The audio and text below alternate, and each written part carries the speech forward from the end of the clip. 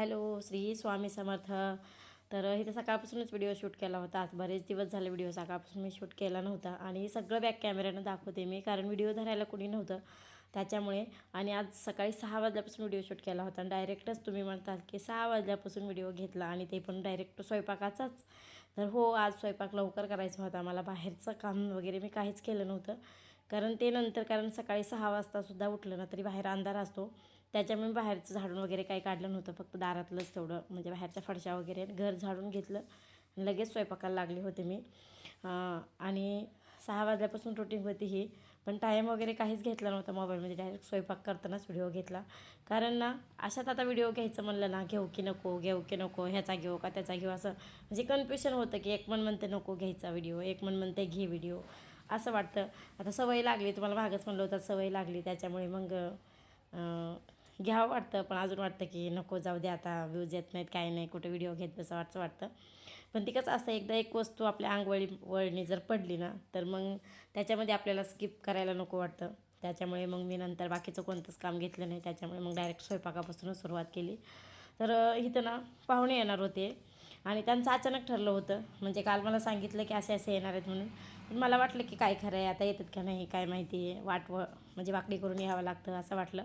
पण जवळ होतं आमच्या गावापासून, त्याच्यामुळे कदाचित येतील पण अशी गॅरंटी होती. पण अजून वाटलं की एखाद्या वेळेस जर त्यांचं कॅन्सल झालं तर मग काय सांगावं, त्याच्यामुळे मी बिनगुरी बसले होते. आणि मग संध्याकाळी अचानक मला कळालं की येणार आहेत फिक्सच म्हणून. मग नंतर संध्याकाळच्या 10 वाजता कळाल्यावर मग भाजी काय करायची काय नाही हे कोडं पडलं होतं. हे तर आपल्या सगळ्या बायकांनाच पडणारं कोड आहे भाजीचं. आणि मेन आणि मी खरं तर ना चिकन आणायचं होतं, त्याच्यामुळे मग मी बसले होते चिकन आणायचं म्हणून. पण नंतर फोन आला 10 वाजता की चिकन नाही बनवायचं. म्हणजेच जे पाहुणे आमच्यात येणार होते तर ते खात नव्हते, तर म्हणजे आमची मावशी पण खात नव्हती आणि मुलगा पण खात नव्हता. त्याच्यामुळे मग ते कॅन्सल केला प्लॅन. नंतर भाजी करायची तर काय करायची, मग 5-6 बटाटे आणि 5-7 म्हणजे वांगे होते. त्याच्यामुळे म्हणलं चला मिक्स भाजी करायची तर तुमच्यासोबत शेअर करायलाच पाहिजे, कारण मी पण ही फर्स्ट टाईम भाजी करत होते. ह्याच्या आधी कधीच भाजी केली नव्हती मी, त्याच्यामुळे मग म्हणलं की चला शेअर करू. तर संध्याकाळीच मला फोन आल्या लगेच मी मोठे हरभरे आहेत तर ते भिजायला ठेवले होते, कारण संध्याकाळी भिजायला ठेवले ना तर सकाळी मग जास्त शिजवायची गरज लागत नाही. तर उठल्या मी सगळे बटाटे म्हणजे वांगे वगैरे होते तर ते चिरून ठेवले आणि नंतर कुकर लावलं एकीकडं भात वरणाचं आणि नंतर भाजी करून घेतली लगेच. तर भाजी बघा मी कशी केली, कांदा चिरून घेतला आणि टमाट्याची पेस्ट टाकली त्याच्यामध्ये. आणि ह्यावेळेस ना आमचं काळं तिखट पूर्ण बिघडलं, ह्यावेळेस काय साधलंच नाही काळं तिखट, त्याच्यामुळे भाज्या इतक्या बेकार व्हायल्यात ना त्याच्या, आम्ही ते वापरतच नाही. किलो 1.5 किलो आमच्यात म्हणजे काळं तिखट आहे, पण सगळं वाया गेले. त्याच्यामुळे मी दुकानचं काळं तिखट आणलं होतं तर तेच ह्याच्यात वापरले, बाकी कोणतेच मसाले वापरले नाही, फक्त ते विकत्रीचं काळं तिखट आणि घरचं लाल तिखट थोडंसं टाकलं होतं. तर भाजी इतकी छान झाली ना, सगळे त्याच भाजीला म्हणजे नवाजत होते की छान झाली भाजी म्हणून. त्याच्यामुळे मग भारी वाटतं. कसं आपण जेव्हा स्वयंपाक करतो ना, आपल्या स्वयंपाकाला जर कोणी नवाजत असले ना मग आपल्याला भारी वाटतं, आपली स्वयंपाक केलेली बहिरच सगळी गेली असं वाटतं कोणी नवाजल्यावर. तसंच झालं माझ्यासोबत. भाजी तीच सगळ्यांना आवडली जी पहिल्यांदा केली होती. तर नंतर इथं लगेच मी वरण करून घेतलं आणि भाजीची रेसिपी सांगायची अर्धीच राहिली माझी, कारण मी अगोदर बटाटे आणि हरभरे शिजवून घेतले तेलामध्ये आणि नंतर वांगे तेलात खालीवरी करून नंतर वरून टाकले होते. तर ते तुम्हाला काळे दिसत होते, कारण मी तेलात खालीवरी केले मीठ टाकून, त्याच्यामुळे काळे दिसत होते. आणि नंतर लगेच वरणाला फोडणी टाकून घेतली. माझा विचार होता वरण आळणी करायचं, म्हणजेच सपक वरण करायचा विचार होता, पण म्हणलं नको, सपक वरण जर केलं तर कोणी खाणार नाही. त्याच्यामुळे मग ह्याच्यात पण थोडीशी चटणी ॲड केली होती. त्याच्यात काळं तिखट टाकलं होतं आणि ह्याच्यात लाल तिखट टाकलं होतं, पण जरा कमी टाकलं होतं. तर इथे माझे 2 भाज्या झाल्या होत्या, भात झाला होता की कणिक मळून ठेवली होती आणि आता फक्त करायची होती दूधखीर. आणि दूधखीर आमच्या आईला इतकी आवडते ना, तर आमच्या आईने आवर्जून मला सांगितलं होतं की काजू बदाम टाकून दूधखीर कर म्हणून. त्याच्यामुळे मी केली होती ती, कारण चिकनचा प्लॅन माझा कॅन्सल झाला होता. नंतर मग गोड ताट एकदा आपलं पूर्ण झालं ना तर त्याच्यात गोड पदार्थ जर नसला ना तर ती ताट अपूर्ण आहे असं वाटतं. त्याच्यामुळे मग आता गोड पदार्थ बनवायचा तर काय बनवायचा. पण मला माहीत नव्हतं की आमची मावशी जी येणार आहे तर ती तुपातलं काहीच खात नाहीत, त्याच्यामुळे मला माहीत नव्हतं. पण आम्ही जसं बनवतो तसंच मी बनवली होती. पण मावशीला पण आणि मावशीच्या मुलाला पण नाही आवडली ती, पण बाकी सगळ्यांनी आवडीनं खाल्ली. कारण आपलं म्हणजे खुतब्याला जो सणाला सुरकुंबा करतात, तर सेम तसंच झालं होतं. पण त्याच्यात तूप टाकलं होतं म्हणून आमच्या मावशीला आवडलं नाही खरं तर. पण बाकीच्यांनी सगळ्यांनी आवडीनं खाल्लं. तर माझा स्वयंपाक सगळा होत आला होता, फक्त चपात्या मागं ठेवल्या होत्या मी. का तर ते मुद्दामच चपात्या मागं ठेवल्या होत्या, कारण गरम गरम चपात्या खायला चांगल्या लागतात त्याच्यामुळे. तर इथं सकाळच्या 9 वाजल्या होत्या, 9 साडेनऊ वाजल्या होत्या, तर तेव्हा लगेच पाहुणे आले होते. कारण सकाळी लवकर येणार होते, त्याच्यामुळे मी आज लवकर स्वयंपाकाला घातलं होतं. तर बघा फायनली आले काका, म्हणजे आमची मावशीला आम्ही माऊ म्हणतो सगळेजण. माऊ पोपटी कलरची माझी मावशी आहे. आणि आईला तर तुम्ही गेलेल्या व्हिडिओमध्ये बघितलं होतं. आणि ही आहे आईची मैत्रीण, ती लातूरून आली होती दोघीजणी. आणि मावशी आमच्या इकडं गावाकडून आली होती, तुळजापूरकडे राहते. त्यांच्या गावाचं नाव आहे सांगवी. तर तिकडून ती मावशी आली होती आणि त्यांना ना येडायला फूल लावायचं होतं. का तर आपली जेव्हा काही इच्छा असते, तर ती इच्छा जर पूर्ण होणार असली तर येडाईला फूल लावलं ना तर ते फूल उजव्या साईडनं पडतं. आणि आपली इच्छा जर नाही पूर्ण व्हायची असेल तर ते फूल आहे ते डाव्या साईडनं पडतं. तर तसंच ती माऊ आमची फूल लावायला आली होती. सकाळी पहाटे यावं लागतं, कमीत कमी 3-4 वाजता तरी डोंगरावर यावं लागतं. आणि तिथून आमचं गाव फक्त 25 ते 26 किलोमीटर असेल. त्याच्यामुळे मग माऊ आली होती. आता बरेच वर्ष झालं आमचं जेव्हा घर बांधायला चालू होतं, बांधायला पण नव्हतं, फक्त खड्डे खांदून ठेवले होते, तेव्हाही माऊ आली होती. त्याच्यावर आत्ता आली फर्स्ट टाईम. तर असो, चला आता ह्यांचं चहा पाणी वगैरे सगळं करायचं आहे.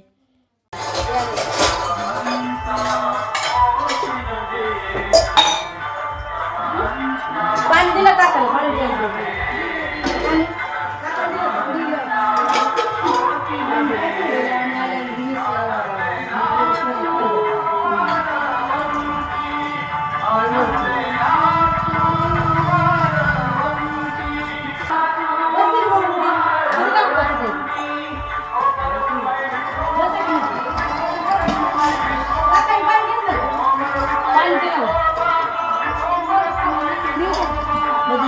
तर इथं बाकी व्हिडिओ मी काही शूट केला नव्हता चहा पाणी वगैरे केलेला. कारण पहिल्यांदा जेव्हा पाहुणे येतात ना, तर तेव्हा त्यांना जरा थोडंसं ऑड वाटतं व्हिडिओमध्ये यायला. त्याच्यामुळे व्हिडिओ काहीच घेतला नव्हता मी.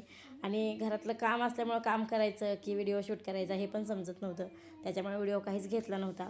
फक्त जेवण करताना थोडासा घेतला होता व्हिडिओ. इथं मी, माऊ आणि आईची जी मैत्रीण आहे ती, आम्ही तिघी जेवत होतो. आणि आईचं दुखत होतं अचानक, त्याच्यामुळे आई काही जेवली नाही, फक्त अर्धी चपाती खाल्ली. आणि एवढ्या आवडीनं मला दूधखीर करायला लावली होती ना आईनं. आईला खूप म्हणजे खूप दूधखीर आवडते, पण नेमकं तीच खाण्यात नाही आली. त्याच्यामुळे मग आम्हीच दोघी तिघी जेवलो होतो. आणि काकू बाहेर बसल्या होत्या जेवायला. तर जेवता जेवता आमच्या गप्पा गोष्टी एवढ्या चालू होत्या ना, कारण माऊला नवल वाटत होतं, इतक्या दिवसातून आली होती. आणि जेव्हा माऊनं मला बघितलं होतं तेव्हा माझी इतकी गरीबी होती ना, की कोणीच विचार केला नव्हता की एवढं चांगलं झालं असेल आता. त्याच्यामुळे मग आता जेव्हा आईच्या इकडले पाहुणे येतात ना, तर तेव्हा त्यांना खूप नवल वाटतं की एवढ्या परिस्थितीमधून आता एवढं चांगलं झालं आहे. त्याच्यामुळे मग त्यांना भारी वाटतं खूपच. तर असं आता जेवणं वगैरे झाले होते. आणि नंतर मग इथे सगळे बाहेर गप्पा मारत बसले होते. त्याच्यामुळे म्हणलं चला, त्यांचा जायचा टाईम झाला होता आणि ते काही थांबायला तयार नव्हते. कारण त्यांच्या नातीचा लगेच व्हिडिओ कॉल आला होता. ती रडायला चालू होती की आई बाबा या तुम्ही दोघंजण म्हणून. त्याच्यामुळे मग गेले लगेचच. आणि आई 3च्या बसनं गेली नंतर.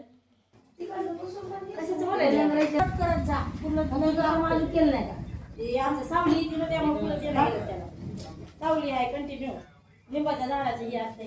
झाड बघितलं का भाऊ? लिंबाचं झाड बघितलं का म्हणलं? तर इथे ना आमचे माऊ आल्याला विचारत होते लिंबाचं झाड कुठं आहे म्हणून. कारण बोलत बोलत विषय निघाला होता की दारात लिंबाचं झाड आहे म्हणून. त्याच्यामुळे माऊचं लक्ष गेलं नव्हतं लवकर त्या झाडाकडं. त्याच्यामुळे मी ते झाड दाखवत होते. आणि माऊला ना पूर्ण घर बघितल्याच्यानंतर भारी वाटत होतं की किती म्हणजे जिथल्या तिथं टापटीपमध्ये असा पसारा वगैरे ठेवलेला आहे. ते आईची जी मैत्रीण आहे त्यांचा तर स्वभाव एवढा छान होता ना की सांगायलाच नको. त्या तर खूप म्हणजे खूप नटत होत्या. तर असं कोणी जर पाहुणे आले आपल्या घरी तर भारी वाटतं. खूप दिवसातून आले होते.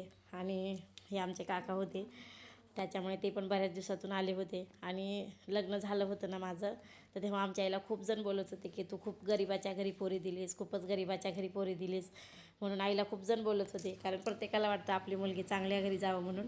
पण तुम्हाला मागच म्हणलं होतं, जेव्हा आईवडिलाची गरिबी असते तेव्हा पुरी पण गरिबाच्याच घरी जातात. तर गरिबातून जी माणूस मोठं होतं तर त्याचा आनंद खूप मोठा असतो, आपल्यासाठी पण आणि आपल्या पाहुण्या रावळ्यांसाठी पण. पण सगळेच तसे नसतात. पण मावशी ही जी आहे तर ती म्हणजे आईच्या जागेवर असते. असं म्हणतात की आई मरो आणि मावशी जगो. तर मावशीला पण खूप भारी वाटत होतं. आणि हा आत्ता बाहेर आलेला आहे, तो मावशीचा मुलगा आहे. हेच तिघंजण जाणार होते तिकडे येरमाळ्याला, जाऊन आले होते. त्यांच्याबरोबर आई होती, कारण ह्यांना इकडल्या भागातलं काही माहिती नव्हतं. त्यांच्याजवळ तुळजापूर पडतं, त्याच्यामुळे त्यांना सगळं तुळजापूरची माहिती आहे, पण येरमाळ्याची माहिती अशी काही नव्हती. त्याच्यामुळे मग आई त्यांच्यासोबत आली होती. म्हणून इकडे पण आले होते. तर चला, त्यानिमित्तानं मावशीला घर पण माझं बघण्यात आलं. आणि आमच्या इकडे मावशीला ना माऊ म्हणतात, कुठे कुठे मावशी म्हणतात. तर त्याच्यामुळे मग मावशीला भारी वाटलं. आली तशी म्हणजे डोळे भरून बघितलं घर माझं. आणि मग मला पण भारी वाटलं की मावशी आली इथं म्हणून.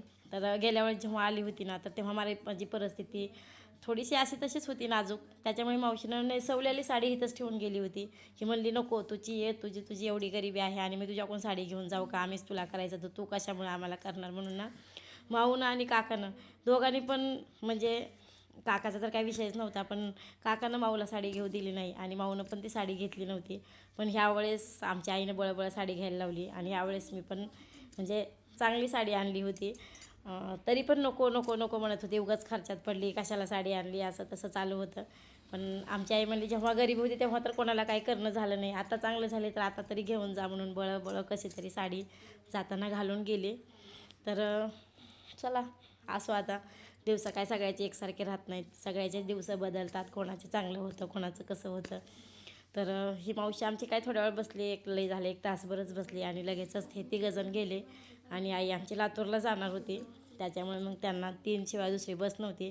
आणि त्यातल्या त्यात आईचं थोडं दुखत पण होतं, त्याच्यामुळे मग आई म्हणली की तुम्ही तिघंजण जावा आणि नंतर मग आम्ही पाठीमागून जातो 3च्या बसनं. त्याच्यामुळे मग ते तिघंजण गेले होते.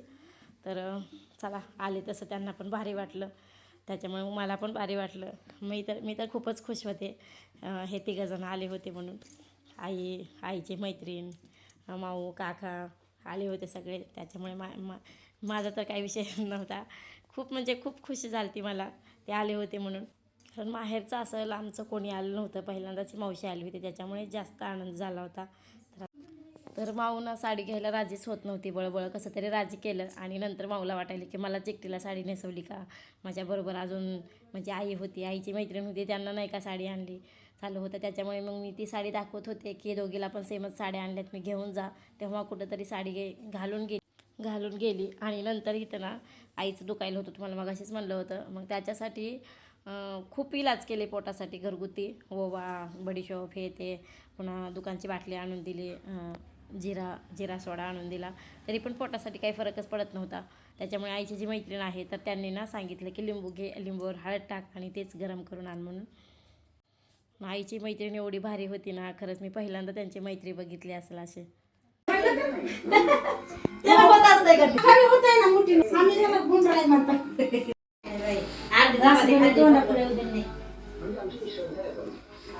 तर आता बघा, ह्या सुद्धा निघाल्या होत्या त्यांच्या बसनं. मी म्हणले होते आजच्या दिवस राहा म्हणून, पण आमच्या आईचं अजून दुसरं काहीतरी काम चालू होतं, म्हणजे काम होतं काहीतरी दुसरं. त्याच्यामुळे मग आईचं म्हणणं होतं की नको राहिला, मग निघाल्या लगेच दोघीजणी. आणि आईची मैत्रीण, आईचं दुखायला लागलं म्हणून त्या आईचे दिष्ट काढत होते, तर तोच व्हिडिओ मी थोडासा शेअर केला होता तुमच्यासोबत. तर अशी मैत्रीण खरंच भेटायला नशीब लागतं, सगळ्यालाच अशी मैत्रीण भेटत नाही. तर बघा, जाताना सुद्धा आईला किती सांभाळून घेऊन चालल्या आता. तर चला, आता व्हिडिओचा एंड करते.